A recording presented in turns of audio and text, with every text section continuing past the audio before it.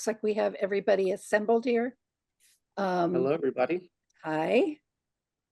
Good morning. I'm Robin Bradford, and my partner John Strong is here, and we are from Ignite the Spark Retreat. I'm going to say just a few minutes about Ignite the Spark Retreats because I know everybody's here to listen to Janet's words of wisdom. But as you know, we are hosting an amazing retreat in Scotland in October, and we hope if you haven't signed up yet that you'll consider it, because we feel we've put together just an incredible program of top-notch mentors and in a spectacular location. And it's just a chance to get away and enjoy the spectacular Scottish countryside while you are perfecting your craft, learning new things, making connections with other writers, forming a community. John and I actually met at a writing retreat in France a couple of years ago. So you just kind of never know who you're going to bump into and become friends with.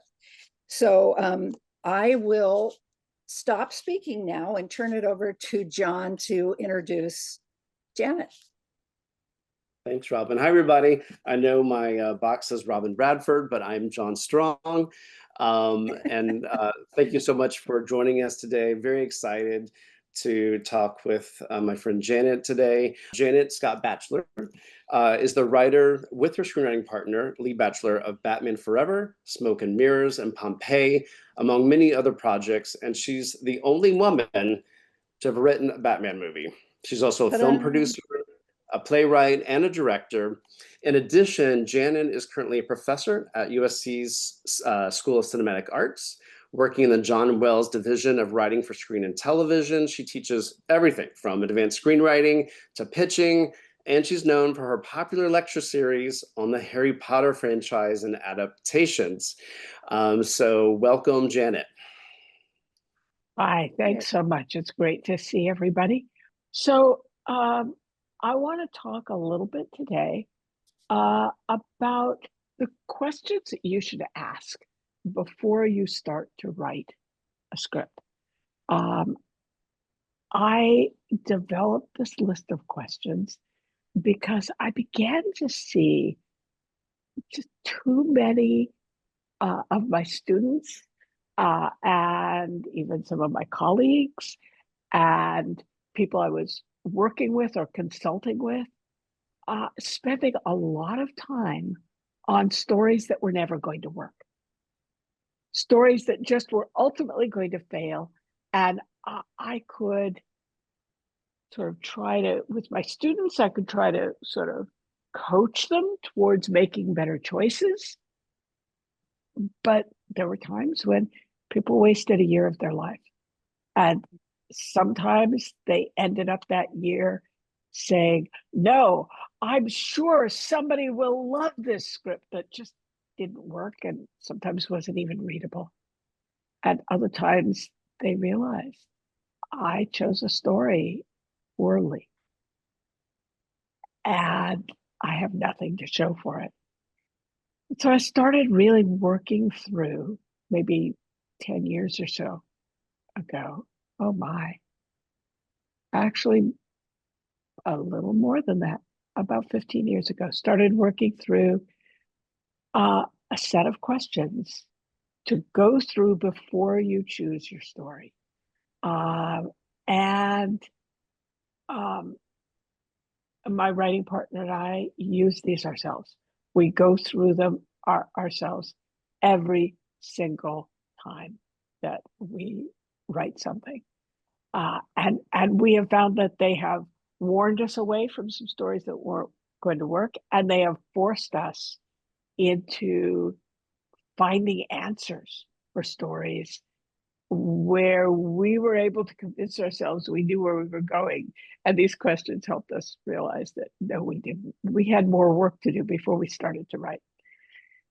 So I actually have 15 questions that I call the big 15, but we're going to focus today, since we just have about an hour, we're going to focus on the 4 first questions, the big 4, which are the most important questions. If you don't if you don't have answers to these questions, you don't have a story. You're not ready to write. So let's jump in. What I'd like to do is I am happy to take questions, and I'll stop after each of the big four to sort of say, do we have questions about this particular topic? And move forward from there. So question number one, what does your protagonist want? And what does she need? So here we're talking about your goal, your want, and your need for your protagonist. If your protagonist doesn't want something, then we probably aren't interested in her. We probably have no reason to stick with the story. And if you don't know what your protagonist wants, you're going to have a great deal of trouble writing her.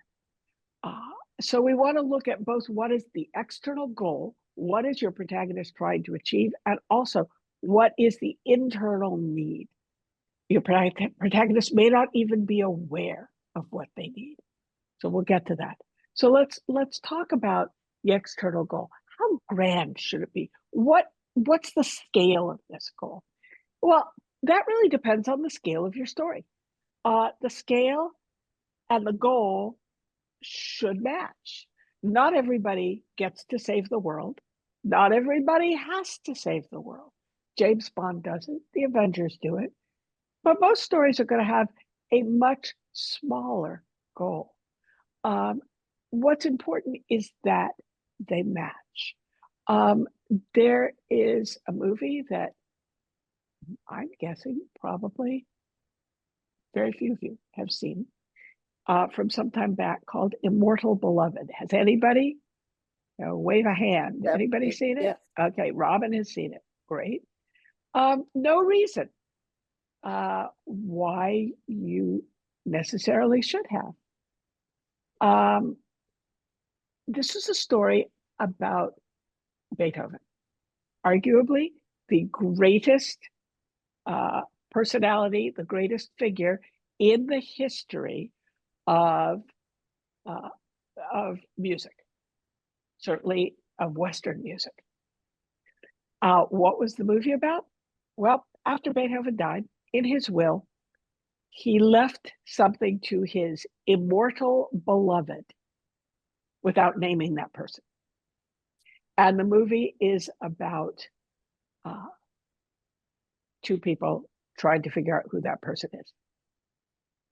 I would say that that is a really inadequate goal. If you are writing about a figure as great as Beethoven, then we want to dive into why he was great, why he was flawed. This is a man who created some of the greatest music in history, and he was deaf. He couldn't hear his own music. There's a movie I want to see. You're not going to get a lot of chances to make a movie about Beethoven. It's just not a lot of people out there craving the Beethoven biopic. They had a chance to make it, and I would say they made the wrong movie because they picked the wrong goal.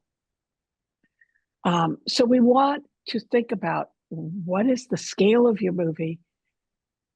If you're telling a movie that's, say, Booksmart or Lady Bird, you have a very small scope, and the goal can be very small. What matters is that we believe it and that we care about it and that it is achievable. Okay. We also want to see that whether or not your goal is specific. A lot of times people start off with very vague goals. Well, we want to we want to save the world is a vague goal. We want to get a job. We want to fall in love. Those are vague, and vague goals lead to bad writing. There is a wonderful quote, which I'm going to paraphrase, from the late, great Stephen Sondheim of musical theater fame. And he said, if you ask me to write a song, that's hard. I don't know if I could do that. He says, but if you ask me to write a song about the woman at the end of the bar at 2 a.m. in the red dress on her 7th vodka stinger, that I can write. And it's because it's specific. So you want to force yourself into making sure that your goal is specific. We also want to know whether your goal can be achieved. If it is too easily achieved, you might not be writing a full feature. You might be writing a short film or a short story. If the goal is too hard to achieve, we want to take a look. There are some movies where our protagonist does not achieve her goal. And we'll talk about those when we get to the fourth question. But if you want the goal to be achieved, we have to make sure that it can be achieved. We've all seen the movies, often they're the big budget summertime action tentpoles, where all of a sudden in the third act, we sort of forget everything that happened in the first two acts and we just solve the problem. And we walk away going, wait, I'm sure a lot of people watched Independence Day this weekend because it's a lot of people's favorite 4th of July movie. And that's one of those movies where every time I see it, I'm like, wow, that was so much fun. Wait a minute. How did that actually happen? Because it doesn't quite make sense. A movie that I had to sit through because my kids had to see it at that age, where the goal was too easily achieved, was the animated movie Chicken Little. Anybody see that? Mm-hmm. Because your kids made you, maybe. There's a movie where the goal is set out to be that Chicken Little wants to impress his dad. He wants respect from his dad. That's a great goal. That's a very writable goal. But you know what? He achieves it in the first 20 minutes of the movie. And then, in essence, the movie is over. And then, the sky is falling and we deal with, the whole, can we stop the sky from, but that wasn't the goal that Chicken Little had. His goal was achieved already. So the first 20 minutes of the movie is delightful. And then the rest of it is sort of like, why are we still here? Because our protagonist's journey is over. He has completed what he set out to do, and we're done. Another question is, does the goal drive the story? Is your goal going to move your story forward? Great example of this is Little Miss Sunshine, which I hope all of you have seen because it's a truly great movie. Now, there's a lot going on in Little Miss Sunshine. It's a very complex movie in terms of its character growth, character development, an amazing movie, but it's driven by a very clear goal. They are going to try to get the daughter, Olive, from Arizona to the Little Miss Sunshine pageant in Redondo Beach, and they have to be there by 3 o'clock on Saturday. It's a road trip movie with a clear goal. Are we going to make it to Little Miss Sunshine by 3 o'clock on Saturday? And of course, because it's a road trip movie, we have plenty of obstacles in our way. We'll talk about those when we get to question number 3. But the goal drives the story. Everything they do is driven by that goal. Every obstacle stands between them and the goal. So does your goal make your story move forward? You want to watch out here for what I call the wishful thinking protagonist. We've all seen movies with passive protagonists. Think about the people you know who are wishful thinking protagonists in their own lives. They say, oh, I'm going to be a screenwriter and I'm going to win an Oscar, but they never write a screenplay. They never actually do it. They probably have their speech written, their acceptance speech, but they haven't actually done anything to achieve their goal. That's a problem. And we'll talk about that in the next question. So watch out for that protagonist who never actually does anything. Along with the goal, we want to talk about our protagonist's inner need. It's very, very easy to have a goal that drives the story, but a protagonist who really doesn't grow in any way. And that's part of the reason we dive in to fiction, why we watch movies, why we read books, is we want to go on the emotional journey of the protagonist. And that involves asking ourselves, what does she need? What does she need to learn? What does she need to achieve? What is that inner need that is going to take us on the journey? I actually, true confession time, a producer contacted us a few weeks ago and said, hey, whatever happened to this old script of yours, this trunk script? Because I just read it and I loved it. And I was like, really? I haven't looked at that in a long time. And I pulled it out and I was sort of embarrassed. And I was like, please don't love this one. I can give you something else to love. Because it was a very, very plot-driven movie. It was intended to be sort of a National Treasure style, clue-driven movie. And the clues were superb and the action moved forward. But the two protagonists, as a two-hander, didn't really want or need anything internally. And I was like, oh, we have to redo this completely, because shame on us for not addressing that really important issue. And it's important to figure this out before you go forward. A movie that we wrote a few years back for Disney, we wrote the story of Paul Revere's Midnight Ride. It's called Midnight Ride. And Johnny Depp was attached. This was right before he blew his career up. He was attached to play Paul Revere. And before it was set up, before it was attached, we went through our big 15 questions to get ready to pitch this. And we realized we could answer all of them except the first question. We didn't know what Paul Revere wanted. Now, once the ride starts at the top of Act 2, we know what he wants. He wants to finish the ride. But at the beginning of the movie, we didn't know what he wanted. And we were tormented by this. And we spent a whole day sitting at a soup plantation, back when there was still soup plantation, torturing ourselves over what does he want, because we knew we could not step into a studio room until we had the answer to that question. And we finally decided that he wanted to start a war.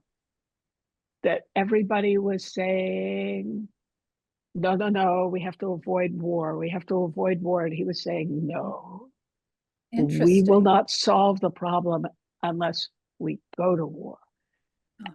And that, it didn't make its way into the script in a lot of obvious ways. There are a few lines here and there, but we were able to write that story. And Johnny Depp said yes, because his character wanted something. So I encourage you, fight for this. This is not a question to set aside and to say, oh, well, we'll figure it out later. You won't. You have to figure it out now before you start to write. I see a question from Sarah in the chat. Does the protagonist have to know what their inner need is? Very often they don't. That's a great question. Very often they do not know what they need. And they are completely oblivious to it. Sometimes they're even oblivious to it at the end. But no, often we know what they need. And think about that. Think about that with your own friends. Just like we don't want to hang out with the wishful thinking protagonist in our own lives. The person who talks, never does anything. Think about all the friends, you know, where they're like, oh, I, I I know I can change this guy. And you're like, no, you can't. You need to realize that this is not going to happen and that you need something that you're not getting. Think of the person who, what they really need is to resolve things with their mom. And they're avoiding it. What they really need is to confront the roommate that they're having problems with, but they won't do. Yeah, what they really need is to deal with the PTSD from their past, but they're running from it. We see it. You talk about it with your other friends. You say, I wish they would get some therapy. I wish they would deal with this. They're such a wonderful person, and I want them to deal with it. And they don't. Well, that happens with the protagonist too. And you, as the protagonist creator, will know what that inner need is, even if they don't. So, great question. Yes. Yeah. What do they need, whether they know it or not? They may also have a mistaken view of what they need. You know, think about another brilliant movie that we should go back to all the time, Toy Story, the original Toy Story. Mhm. You know, Woody needs to let Buzz in. He needs to be a little less controlling. He needs to get over his need to be the boss of the room. And he realizes that at the end of the second act. And he has his dark moment of the soul, the dark night of the soul, where he just says, well, Buzz, you're cool. And I'm wrong. And that's a wonderful moment for him to realize that.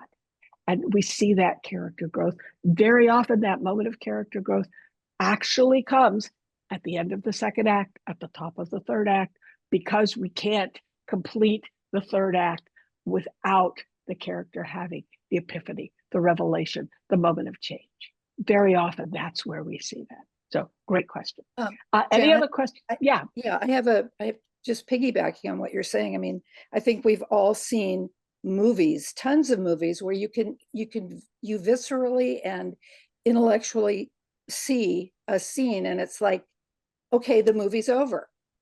And then it goes on for 15 minutes and they lose the power of the story if the character gets what they want. Okay, it's over now. Time to wrap up and go home. And that's such good advice to give writers, because once your character gets there, that's it pretty much. I mean, wrap it up in a nice package, but absolutely. Once you reach the end, and we'll talk a little bit about endings, but yes, once you reach the end, just wrap it up. Look at movies like Die Hard. Look at movies like North by Northwest, where it's like, okay, we're done, wrap it up, tie up everything in a pretty little bow, and we're out. What we see in Toy Story is we see the want, the need, the internal need wrapped up early, but the goal of staying together with Andy still has to be solved, because we have been separated from our person and we have to catch up with the moving van. And so we have a third act action sequence that actually is exciting to watch, because we don't know what's going to happen and they haven't achieved their goal. They've achieved the need, but not the goal. So let's move on to question number 2. Question number 1, what does our protagonist want? What does she need? Question number 2, what does she have to do to get what she wants? And this answers question of your story's action, particularly in the second act. Anybody here ever written a story where you knew what the first act was and you knew what the third act was, but you didn't quite know how to connect them? We have all dealt with that. The second act doldrums are very, very real. This is the question that answers that. And your answer is going to take the form of a list. If you if you answer it with one sentence, you probably haven't answered it yet. So if your protagonist has a goal, which she will, we hope, take action to achieve that goal. That action will lead to conflict with other characters who presumably have different goals. That conflict creates drama. The protagonist's movement toward her goal and the conflicts she finds herself in while trying to achieve the goal start to fill up Act 2 of the movie. And suddenly you realize, oh, look, I do have a story after all. And you start to know what that story is. We have to beware here what I call faux action, false action, which is often the action taken by the wishful thinking protagonist or the passive protagonist, where people talk about their goal a lot, but they don't take a lot of action. So let's say we've got a protagonist who wants to join a fraternity. That's their goal.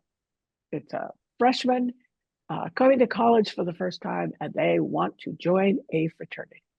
Fine, we can make a movie out of that. Absolutely. So let's see, what are they going to do to join the fraternity?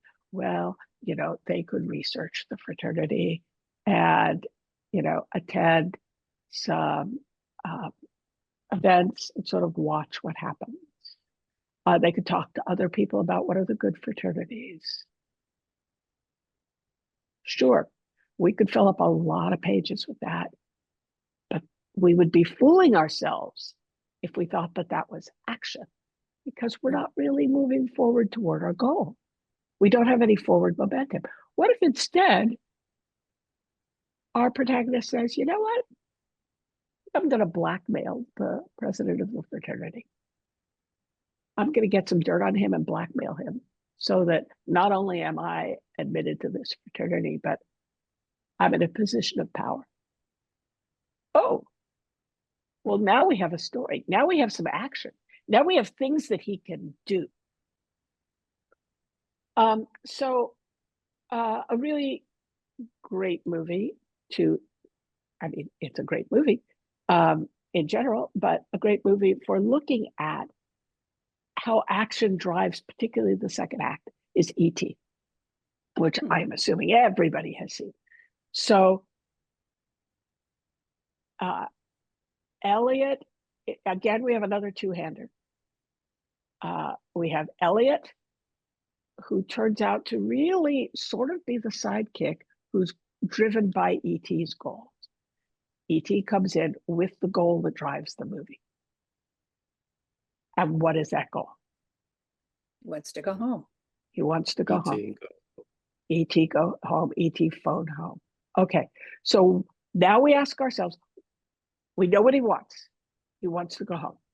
What does he have to do to get what he wants? Mm-hmm. He has to phone home. Okay, he has to contact the spaceship that has already left without him. What does he have to do to contact the spaceship that has already left without him? He has to create a phone.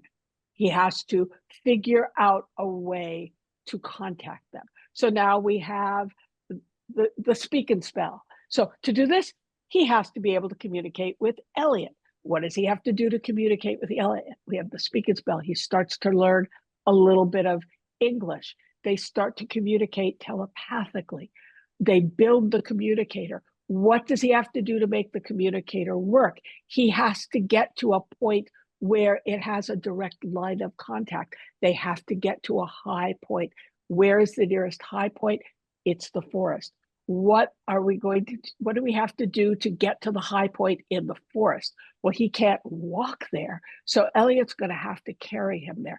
What do they have to do to not be noticed? Well, fortunately, Halloween is coming up. So we're going to disguise ourselves and disguise E.T. What do we have to do all along the way? What do we have to do? And it drives the whole second act. The whole second act is about E.T. phone home. And then they get caught and we're in the third act, and we can feel that shift into the third act because we have a really big big obstacle keeping us from phoning home. I'm seeing a question here. The key to creating action and conflict where you don't have to deliver too much backstory. Honestly, you almost certainly have to deliver less backstory than you think you do in any movie. Part of the reason for a second draft is often to throw out all the research that you did, because you did so much work. I write a lot of historical pieces, and there's part of me that always just wants to tell people, look at all the research, look at all the cool things I found out. I know things about Paul Revere's horse that were absolutely in the first draft. They were not in the draft that got delivered to the studio, however, because I just had to let people know all the research I did and how cool it was. Now, doing the research helped, because in fact, the person who ran Johnny's company was a horsewoman. And so we sort of paused our pitch and said, oh, I have to tell you about this horse. It was a Narragansett Pacer. And we both said at the same time, they don't exist anymore. It's like, and so we went on a 5-minute detour about the horse. So it was useful to do the research, but it sure did not end up in the script. So you often, that backstory, that research, you just don't need it. The key to creating action is to keep asking, what do you have to do? What do you have to do to get what you want? What do you have to do to get what you want? And then the conflict, that's going to come a little bit in our next question. Some of that comes in your character design, is thinking about who are the characters who are going to provide conflict and what kind of conflict. And you can design that in. We aren't going to get to that today. How to design conflict is a different topic than what we're dealing with today. But you can design conflict. You can look for different types of conflict, and you can sort of build that to also fill in your third act. Again, take another look at Little Miss Sunshine. Such a brilliant movie, filled with second act conflict. So I wish I could give more time to that today, but I want to respect everybody's time and get through all of this. Anybody have any other questions about action, about what your protagonist has to do to get what she wants? Okay, let us jump forward to question number 3. We've had, what does your protagonist want? What does she need? What does she have to do to get what she wants? And our third question is, what's keeping her from getting what she wants? These are your obstacles. And again, the answer to this question is a list. And I encourage you to make a really long list. I encourage you to make a list of things that contains things that you will never use. Sometimes this could be a good thing to brainstorm with your writers group, to brainstorm in the context of a retreat, like one of the Ignite the Spark retreats or a writer's weekend. Sometimes, I will do this with my classes, and I will do an exercise where I say, okay, we have 3 people in a boat and they need to get to land. What's keeping them from getting what they want? And we start off with, the boat doesn't work. The boat has a leak. Somebody is sick. There are sharks in the water. I mean, that's where we start. And then eventually we move to, they hate each other, and we start moving into the interpersonal conflict on the boat. And then people start saying, there's an asteroid, a meteor comes down and splashes right next to them. And they say, but one of the people is really a tiger. And there are pirates. And we start going wild. And a lot of those we're never going to use, but you know what? There might be a movie in which that meteor is actually the answer to the question. And all of a sudden we realize maybe we're writing a different movie than we thought we were. Maybe we're writing a bigger movie than we thought we were. Maybe we're writing a more fun movie than we thought we were, because we thought it was just going to be people sitting in a boat and arguing for 3 hours. And it isn't. So I want to encourage you to make a very comprehensive list of obstacles and then cross them off. Star the ones you really want. You should vary your obstacles. You think again, now we'll go to Toy Story 3. Think about the ending of Toy Story 3 and all the obstacles we have. Woody needs to get out of the place he's trapped in, this childcare place that he's trapped in. He needs to get back to Andy. So much of the Toy Story movies are ultimately about Woody getting back to Andy. Over and over again, that is his goal, is Andy. But think about it. We have an actual antagonist in Lotso the Bear. We have a character who stands between Woody and his goal. And our antagonist's goal is to keep Woody from reaching his goal. That's what an antagonist is. The antagonist is the greatest obstacle in your movie that takes the form of a person.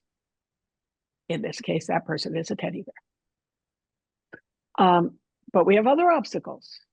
The toys don't believe Woody. He's telling the truth and they don't believe him. That is an obstacle. Woody has had for a movie and a third, he has had a stalwart sidekick by his side in Buzz. But you know what? Somebody played with Buzz's controls and he speaks Spanish now, and they can't communicate. That's an obstacle. That's a great obstacle, because we did not see it coming, and it's funny. So yeah. Then we have the garbage truck, the trash crusher, the incinerator. We have physical obstacles that are going to destroy us. We have Lotso coming back in at the end to betray them. Betrayal is a great obstacle. Those are wonderful obstacles. And I am sure that the writers went through many, many other possibilities while I narrowed it down to these. But they're all different. Some of them are people, some of them are things, some of them are belief systems, some of them are communications problems. They're all very, very different. So vary your obstacle.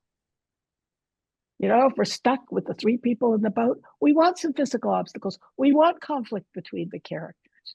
We want all of that. We want weather.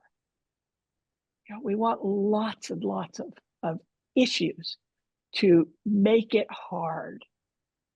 Remember, we talked about the goal shouldn't be too easy to achieve. Well, one of the reasons it's not easy to achieve is because there are obstacles.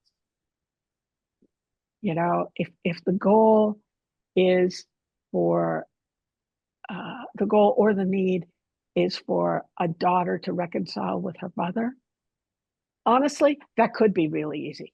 That could be the daughter sitting down and saying, you've done some things wrong.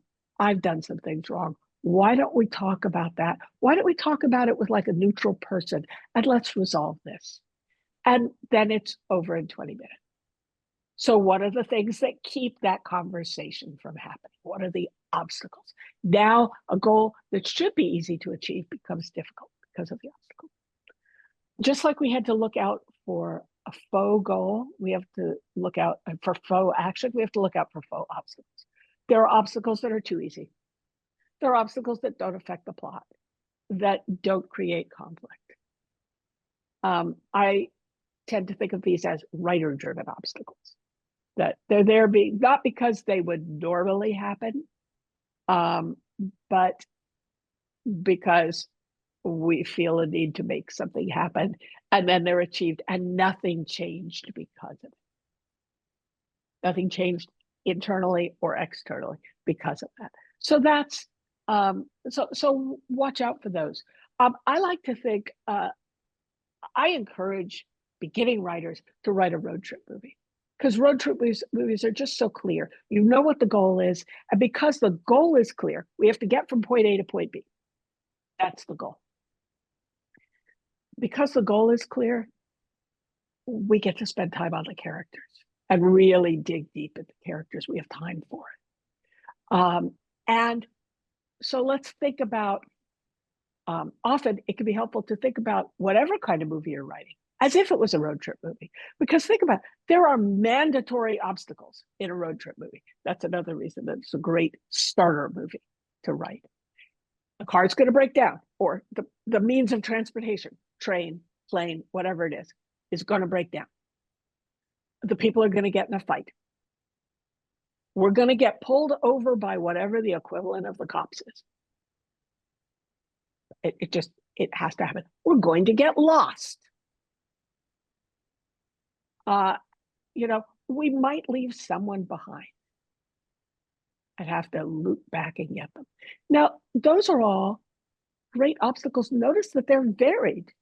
Getting lost is a very different thing than being pulled over by the cops. Getting in a fight with somebody in the car, you could fight over getting lost, and they will, but what's the real fight about? What's the real issue between those people that is coming up because they're trapped together in a car? They're all different types of obstacles. Car breaking down is a physical obstacle, and it has to be dealt with. Once it's dealt with, it probably won't occur again. So think about, what are the analogs in your own script? What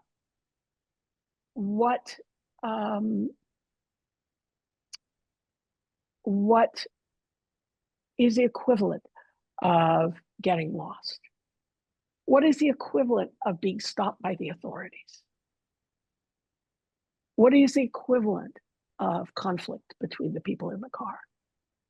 How are those sort of metaphorical obstacles going to play out in your own story, even if it doesn't involve people on the road together? And that can be a good place to start. We also want to think about internal obstacles. That daughter and mother who can't reconcile. I mean, maybe they're in different cities and it's really hard to get together to talk. Maybe mom has had a stroke, or she has Alzheimer's and communication is a problem, and we're waiting for that one moment of lucidity. But chances are the obstacles are mostly internal. They're carrying around internal baggage that they have to deal with before they can have that reconciliation. When internal obstacles are extreme, they often become the fatal flaw of tragedy. When the character doesn't get what they want, sometimes we're writing a tragedy. We don't see tragedy very often in American cinema because we like our happy endings a lot. But, think about The Godfather.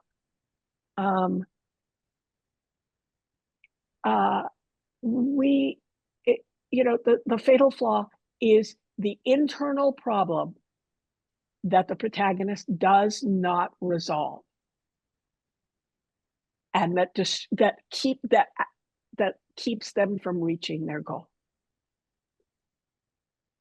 So we do see that in tragedy. It is rare. We once wrote a movie for DreamWorks. It was a prequel to 20,000 Leagues Under the Sea. And we told them up front, you do realize this is going to be a tragedy because we have a bright young man becoming an insane pirate and terrorist of the seas. That's a really negative arc. And that's where this story goes. They're like, yes, we're very committed to it. And then we turned in the draft and they said, oh, but this is a tragedy. We can't make a tragedy. They said, yes, it is. You are correct. It is. Okay, a couple of questions I see here. What happens if the character doesn't meet that goal? We're going to talk about that next. Raising stakes, that's like conflict. That is another conversation. Both of those are in the back half of my big 15 questions. Stakes and conflict are absolutely things you should work on, but it's outside the purview of this discussion if we're going to respect time. A film example of where there are writer-based obstacles. Honestly, just keep that in the back of your mind next time you watch a movie and you're like, boy, this, and you feel yourself going, this is a little bit lame, and you will find them. You will find them. Anything that is solved too easily, anything that just disappears. Oh, it's gone. Yeah, that's generally what you're looking at. And while I'm calling them writer-driven obstacles, can we just be honest and say that they are sometimes producer-driven obstacles or studio note-driven obstacles? We'll just be honest about that. Okay. Fourth question. The first three questions. What does your protagonist want? What does she need? What does she have to do to get what she wants? What's keeping her from getting what she wants? Final question is, does she get it? Does she get what she wants? There are three answers. There are three possible answers. One is, yes, she gets what she wants. And honestly, that is the answer for most movies. Most movies, the protagonist does get what they want. Woody ends up with Andy. Yes, he gets what he wants. The second answer is no, he doesn't get what he wants. This is the answer of tragedy. This is the answer of, say, Braveheart. He wants a free Scotland, and he emphatically does not get it. We don't see a lot of those movies in America. They do exist. The third answer to the question is no, the protagonist doesn't get what she wants, but she gets what she needs. A lot of comedies end up this way. That's the answer of Mrs. Doubtfire. That's the answer to My Best Friend's Wedding. That's the answer to Casablanca. What does he want? He wants Ilsa. Ilsa, the loss of Ilsa turned his life into a horrible negative direction. He doesn't get her. He gives her up. He does get her, but gives her up. But he gets what he needs, which is a reason to go forward and to be committed to a cause again and to stop drifting. And that's what he needed. And he gets it. So you will almost certainly, this is rarely a tough question to answer. The others can be tough. This one, generally, you're not going to be surprised by the answer to this when you write it. But you should know your ending before you start to write. It's dangerous to write without knowing your ending. And then your issue becomes making us feel the ending. And if the audience, if your readers aren't responding to your ending the way you want them to, probably you didn't set it up. And we could have a whole different talk about setups and payoffs, which I think are actually the most important type of structure that there is when writing a screenplay. The late, great William Goldman tells us that your ending should be surprising yet satisfying. That is hard to do, to get both of those. So the way you get it is by setting it up. All the foreshadowing. I encourage people after they've written a draft to go backwards through the draft and look for all the things that they didn't set up. Because we want that emotional resonance. The way people feel when they walk out of your movie is the most important thing about the movie. The way you feel after that last 5 to 15 minutes is the most important thing. First 10 pages are the most important when you're reading, but when we see it, it's how we feel when we walk out. So yes, um, that's uh, that's. I'm actually not going to share all 15 questions because I have a book proposal in preparation. So I'm happy to share them in person, but I don't send them out at this point. Horror movies are often tragedies. You know, I am not the best person to talk to about horror because it's just not my genre. Yes, some of them are. The horror movies allow people to feel things that are often not socially acceptable. There's often not a place to feel the feelings that a horror movie brings out. And those are not feelings that I tend to embrace. So I don't watch a lot of horror. But yes, often that can be one of the very few places where we're allowed to have the answer of no. But sometimes it's like we get away at the end and we survive. And that is a yes. So I think it can go either way. You know, you can have a comedy where the answer is yes, where the answer is no, but they get what they need. Could you have a comedy where the answer is just flat out no? You probably could. I don't think I've ever seen one. You certainly can't have a tragedy where the answer is yes, they get what they need, because that's the point of a tragedy. But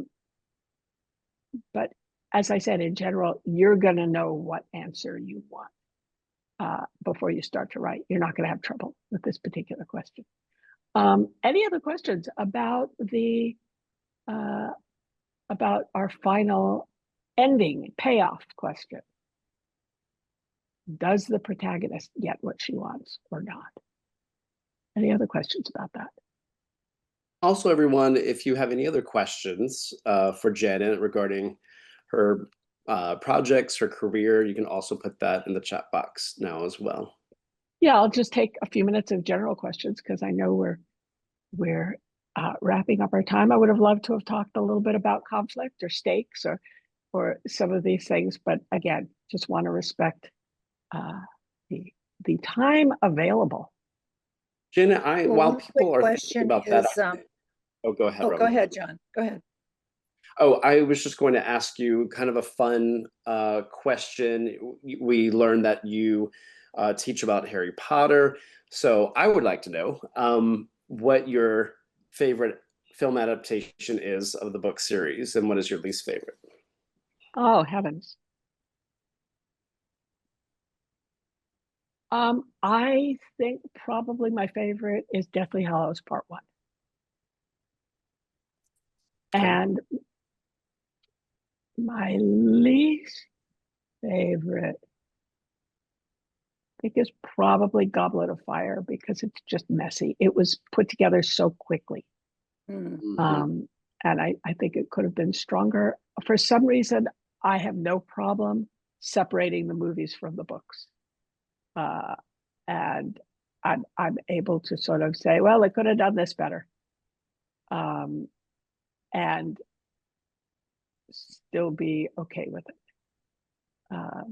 You know, where it's sort of nobody's changed the books.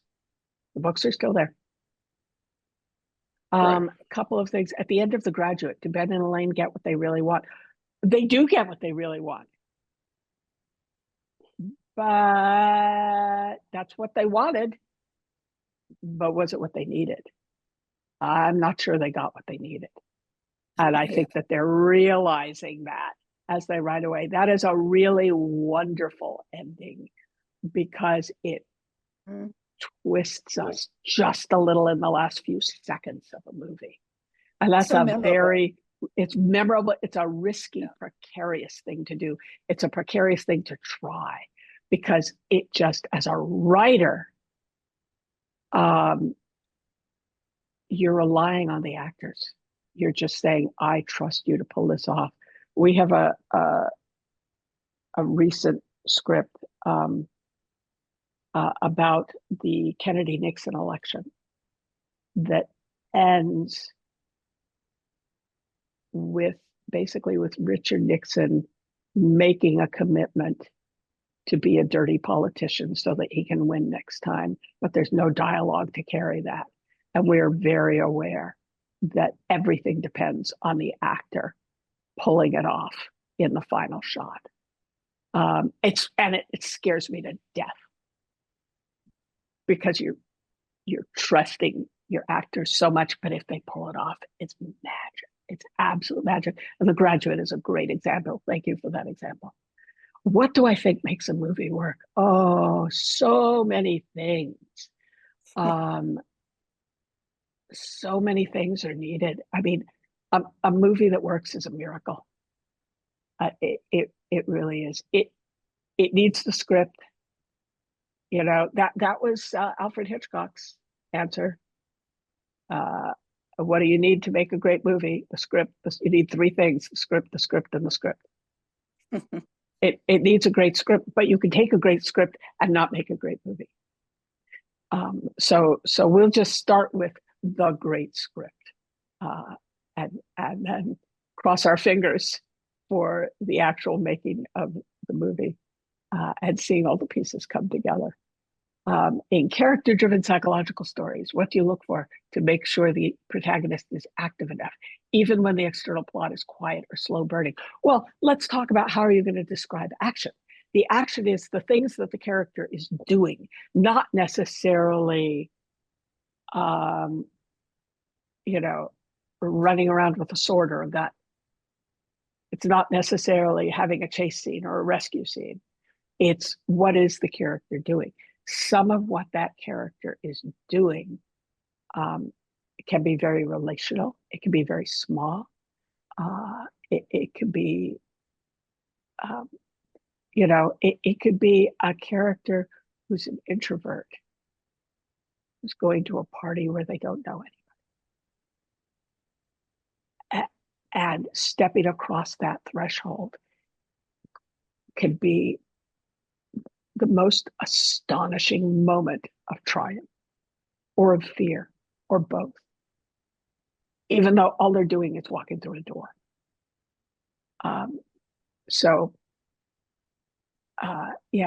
Michael Clayton, honestly, I see a question about Michael Clayton. I have not seen it in a very long time, so I'm really not going to be able to jump in with a lot of specifics on that.